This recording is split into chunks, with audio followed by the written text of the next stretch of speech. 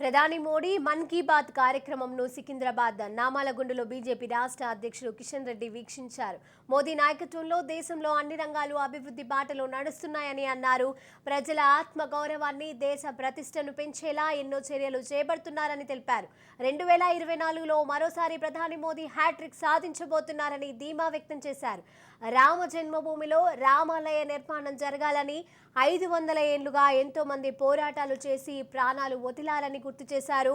దేశ ప్రజలతో పాటు ప్రపంచంలోని హిందువులందరూ జనవరి 22న శ్రీరాముడి ప్రాణ ప్రతిష్ఠ కోసం ఎదురు చూస్తున్నారని అన్నారు.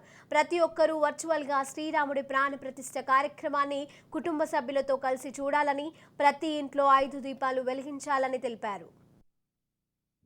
Social audit of social service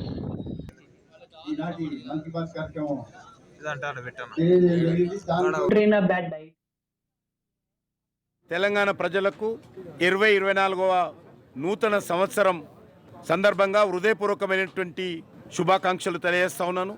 ఈ 2024వ సంవత్సరము మన దేశానికి చాలా ముఖ్యమైనటువంటి కీలకమైనటువంటి సంవత్సరము. ఈ యొక్క సంవత్సరంలో దేశానికి సంబంధించినటువంటి సాధారణ ఎన్నికలు పార్లమెంటుకు జరగనున్నాయి. అన్ని రంగాలలో కూడా నరేంద్ర మోడీ గారి నాయకత్వంలో గత 9.5 సంవత్సరాల్లో దేశం ఎంతో అభివృద్ధి జరుగుతూ ఉంది. ప్రజల యొక్క ఆత్మ గౌరవాన్ని, మన దేశం యొక్క ప్రతిష్టను పెంచే విధంగా పేద ప్రజల సంక్షేమం కోసం అనేక పథకాలు చేపడుతూ ఈరోజు నరేంద్ర మోడీ గారి ప్రభుత్వం ముందుకెళ్తున్న విషయం మనకందరికీ తెలుసు.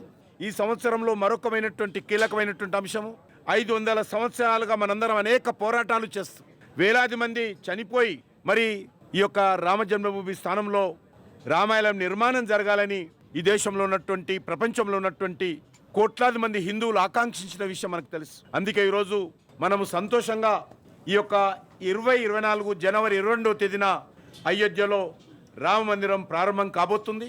జనవరి 22న అయోధ్యలో రామ మందిర నిర్మాణం పూర్తయిపోయి అక్కడ ఆ రోజు ప్రాణ ప్రతిష్ఠ ఉంది. ఈ కార్యక్రమంలో ప్రతి ఒక్కరు కూడా భాగస్వాములు కావాలి. ప్రతి ఇంట్లో కూడా, ప్రతి హిందువు ఇంట్లో కూడా జనవరి 22 ఒక పండుగ వాతావరణంలో, ఆధ్యాత్మికమైనటువంటి భక్తిపూర్వకమైనటువంటి వాతావరణంలో అయోధ్యలో రామ జన్మభూమి దేవాలయ ప్రారంభోత్సవ కార్యక్రమంలో ఏదైతే జరుగుతూ ఉందో, పూజ జరుగుతూ ఉందో, ప్రతి ఇంట్లో, ప్రతి దేవాలయంలో కూడా తిలకించాలి.